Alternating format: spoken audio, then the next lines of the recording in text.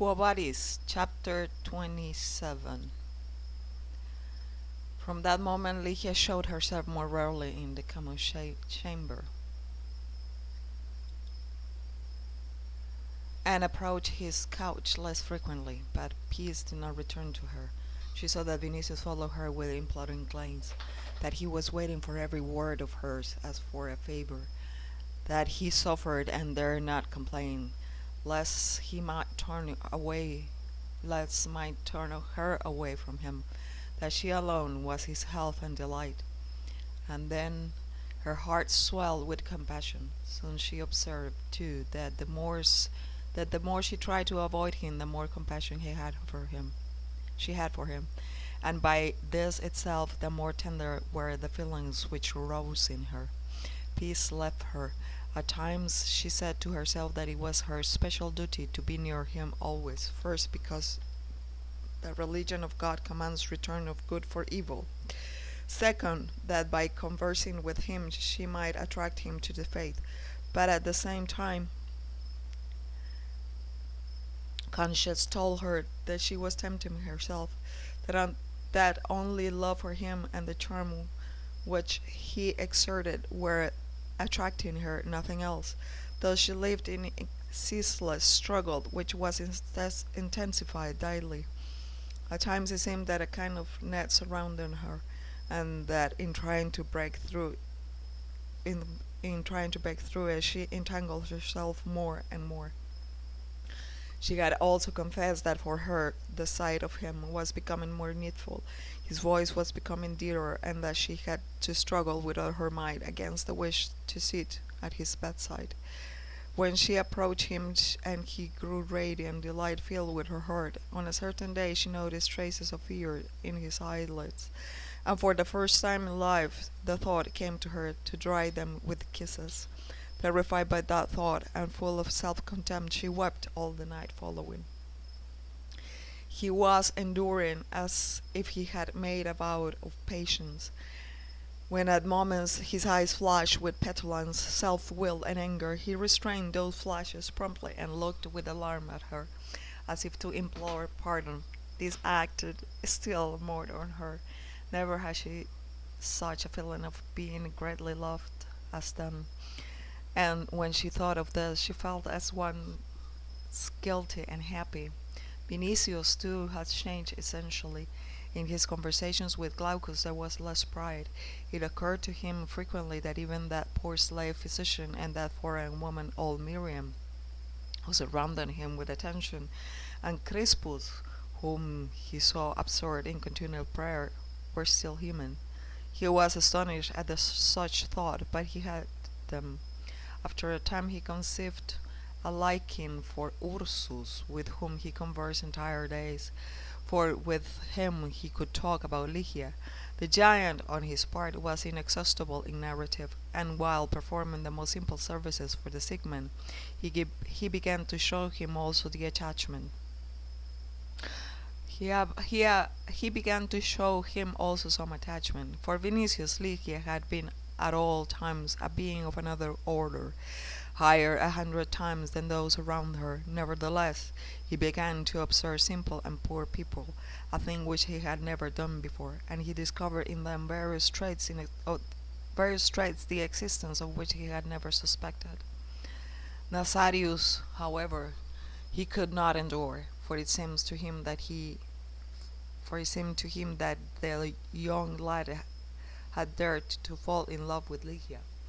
He had restrained his aversion for a long time, it is true, but once when he brought her to 2 quails, which he had bought in the market with his own earned money, the descendant of the Quirites spoke out in Vinicius, for whom one who had wandered in from a strange people had less worth than the meanest worm.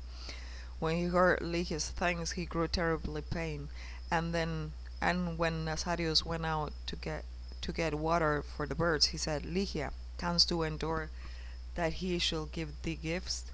Though those do not know that Greeks call people of his nation Jewish dogs. I do not know what Greeks call them, but I know that Nasarius is a Christian and my brother.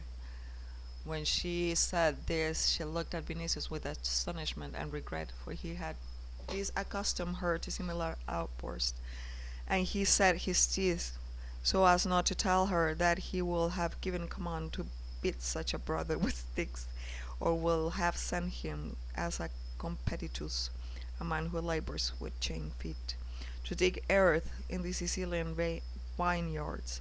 He restrained himself, however, throttled the anger within him, and only after a while did he say, "Pardon me, Lygia, for me thou art the daughter of a king and the adopted child of Plautius."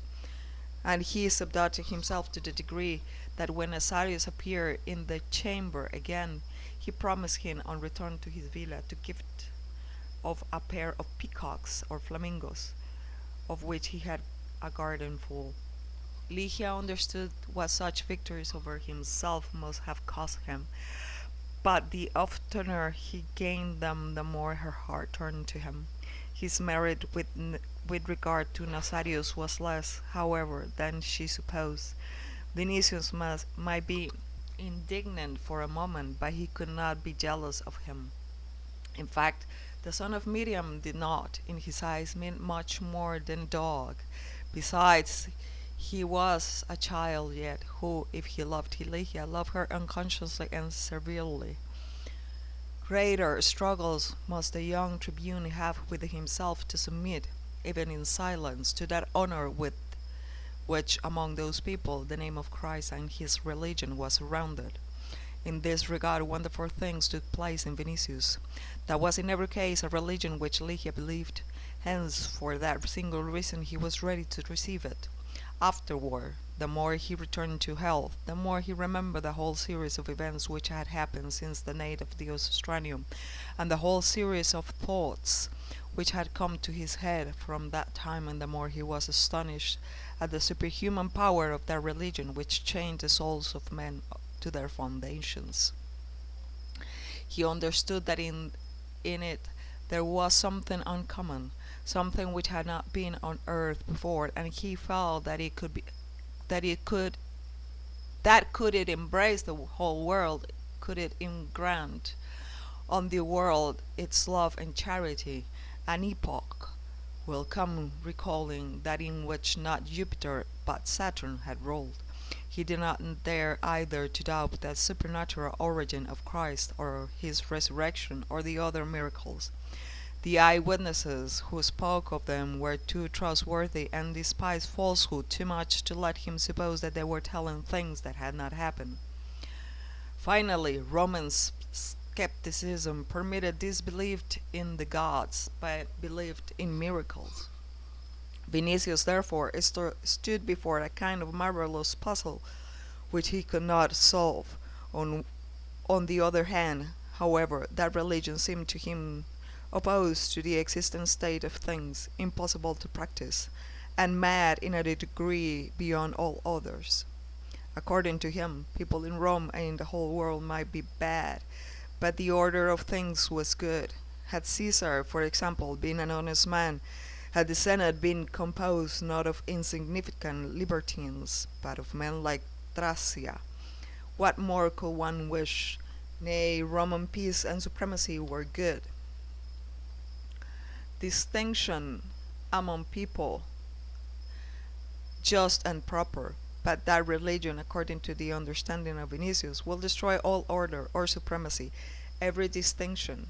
What would happen then to the dominion and lordship of Rome? Could the Romans cease to rule, or could they recognize a whole herd of conquered nations as equal to themselves? There was a thought which could find no place in the head of a patrician.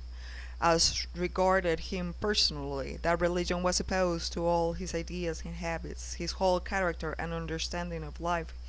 He was simply unable to imagine how he could exist were he to accept it. He feared and admired it, but as to accepting it, his nature shuddered at that. He understood finally that nothing save that religion separated him from Lygia, and when he thought of this, he hated it with all the powers of his soul. Still he acknowledged to himself that it had adorned Lygia with that exceptional, unexplained beauty which in his heart had produced, besides love, respect, besides desire, homage, and had made of that same Lygia a being dear to him beyond all others in the world. And then he wished anew to love Christ. And he understood clearly that he must either love or hate him. He could not remain indifferent. Meanwhile, two opposing currents were as if driving him. He hesitated in thoughts, in feelings. He knew not how to choose. He bowed his head, however, to that God by him uncomprehended, and paid silent honor for this sole reason, and he was Lygia's God. That he was Lygia's God. Lygia saw what was happening in him. He saw how he was breaking himself, how his nature was rejecting that religion, and though this mortified her to the death, compassion, pity, and gratitude for the silent respect which he showed Christ inclined her heart to him with the irresistible force. She recalled Pomponia Graecina and Aulus, for Pomponia as a source of ceaseless sorrow and tears that never dried, was the thought that beyond the grave she will not find Aulus. Lygia began now to understand better than pain that bitterness. She too had found a being dear to her, and she was threatened by eternal separation from this dear one. At times, it is true, she was self-deceived, thinking that his soul will open itself to Christ's teaching. But these illusions could not remain. She knew and understood him too well. Vinicius, a Christian. These two ideas could find no place together in her unenlightened head. If the thoughtful, discreet Aulus had not become a Christian under the influence of the wise and perfect Pomponia, how could Vinicius become one? To, to this there was no answer, or rather there was only one, that for him there was neither hope nor salvation. But Lygia saw with terror that that sentence of condemnation which hung over him, instead of making him repulsive, made him still dearer simply through compassion. At moments the wish seized her to speak to him of his dark future. But once when she had sat near him and told him that outside Christian truth there was no life, he, having grown stronger at that time, rose on his sound arm and placed his head on her knees suddenly. "Thou art life," said he, and at that moment breath failed in her breast, presence of mind left her, a certain quiver of ecstasy rushed over her from head to feet. Seizing his temples with her hands, she tried to raise him, but bent the while so that her lips touched his hair. And for the moment both were overcome with delight, with themselves, and with love, which urged them the one to the other. Lygia rose at last and rushed away, with a flame in her veins and a giddiness in her head. But that was the drop which overflowed the cup, filled already to the brim, to the brim. Vinicius did not divine how dearly he will have to pay for that happy moment, but Lygia understood that now she herself needed rescue.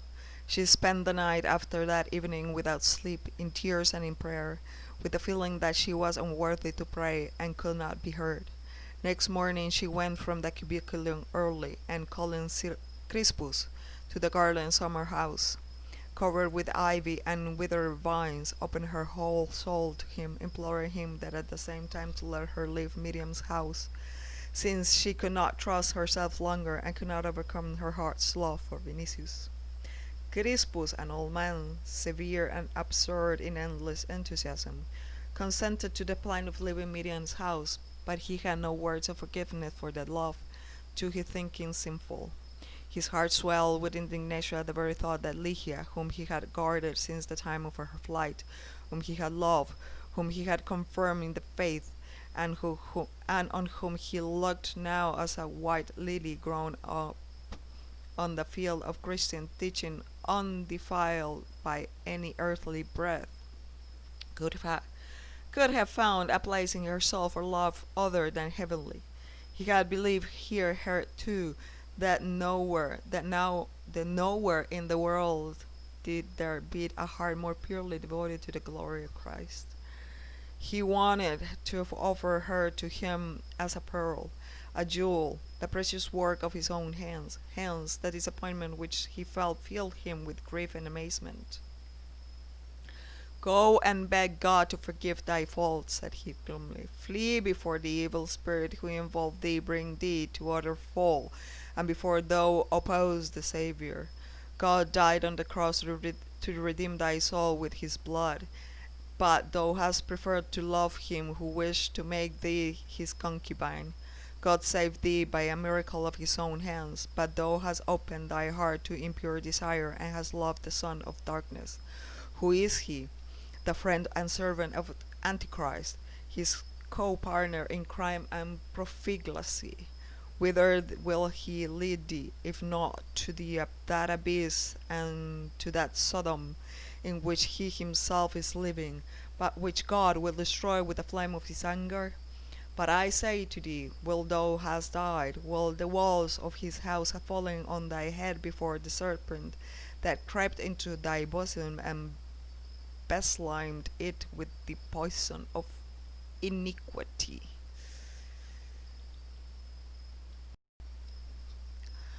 And he was borne away more and more, for his fault filled him not only with anger, but with loathing and contempt for human nature in general, and in particular for women, who even Christian truth could not save from Eve's weakness. To him it seems nothing that the maiden had remained pure, that she wished to flee from that love, and she had confessed it with compunction and penitence. Crispus. Crispus had wished to transform her into an angel, to raise her to heights where love for Christ alone existed, and she had fallen in love with an Augustine. The very thought of that filled his heart with horror, strengthened by a feeling of disillusion and disappointment. No, he could not forgive her. Words of horror burned his lips like glowing coals. He struggled still with himself not to utter them, but he shook his emaciated hands over the terrified girl. Lygia felt guilty, but not to that degree. She had judged even with withdrawal from Miriam's house will be her victory over temptation and will lessen her fault. Crispus rubbed her into the dust, showed her all the misery and insignificance of her soul, which she had not suspected hitherto. She had judged even that the old presbyter, whom from that moment of her flight from the Palatine had been to her as a father, will show some compassion, console her, give her courage, and strengthen her. I offer my pain and disappointment to God, said he, but thou hast deceived the Saviour also, for thou hast gone as it were to quagmire, which has poisoned thy soul with its miasma. Thou mightst have offered it to Christ as a costly vessel, and said to him, Fill it with grace, O Lord, but thou hast preferred to offer it to the servant of the evil one. May God forgive thee, and have mercy on thee, for till thou cast out the serpent, it will help thee as chosen. But he ceased suddenly to speak, for he saw that they were not alone, though the withered vines and the ivy, which was green alive in the summer and winter. He saw two men, one of whom was Peter the apostle. The other was unable to recognize at once, for a mantle of coarse woolen stuff called silicium concealed a part of his face. It seemed to Crispus for a moment there was Chilo. They, hearing the loud voice of Crispus, entered the summer house and sat on the stone bench. Peter's companion had an emaciated face.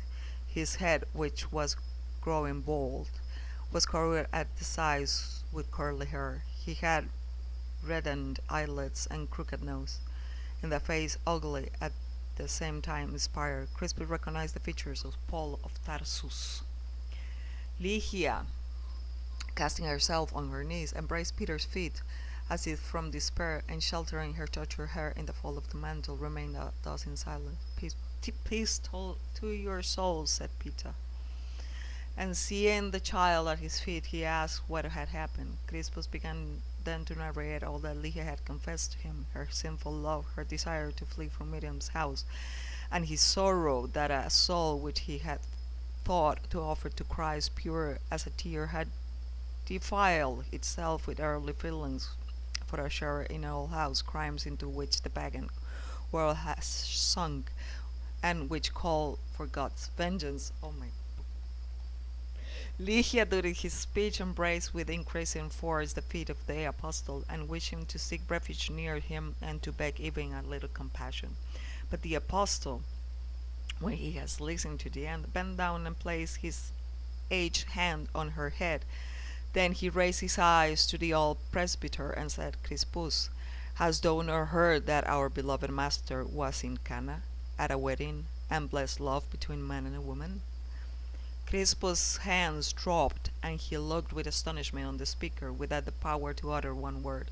After a moment's silence, Peter asked again, Crispus, dost thou think that Christ, who permitted Mary of Magdala to lie at his feet, and who forgave the public sinner, would turn from this maiden, who is pure as a lily on the field?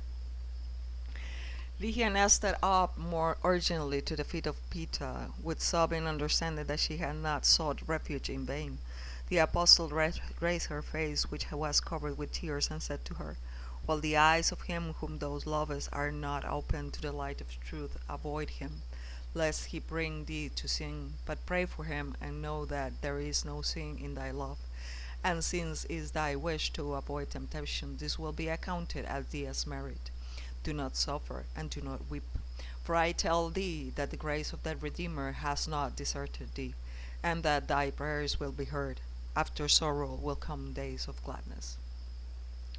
When he had said this, he placed both hands on her head, and raising her eyes, blessed her. From his face there shone a goodness beyond that of earth. The penitent Crispus began humbly to explain himself. I have sinned against mercy, said he, but I thought that by admitting to her heart an earthly love she had denied Christ.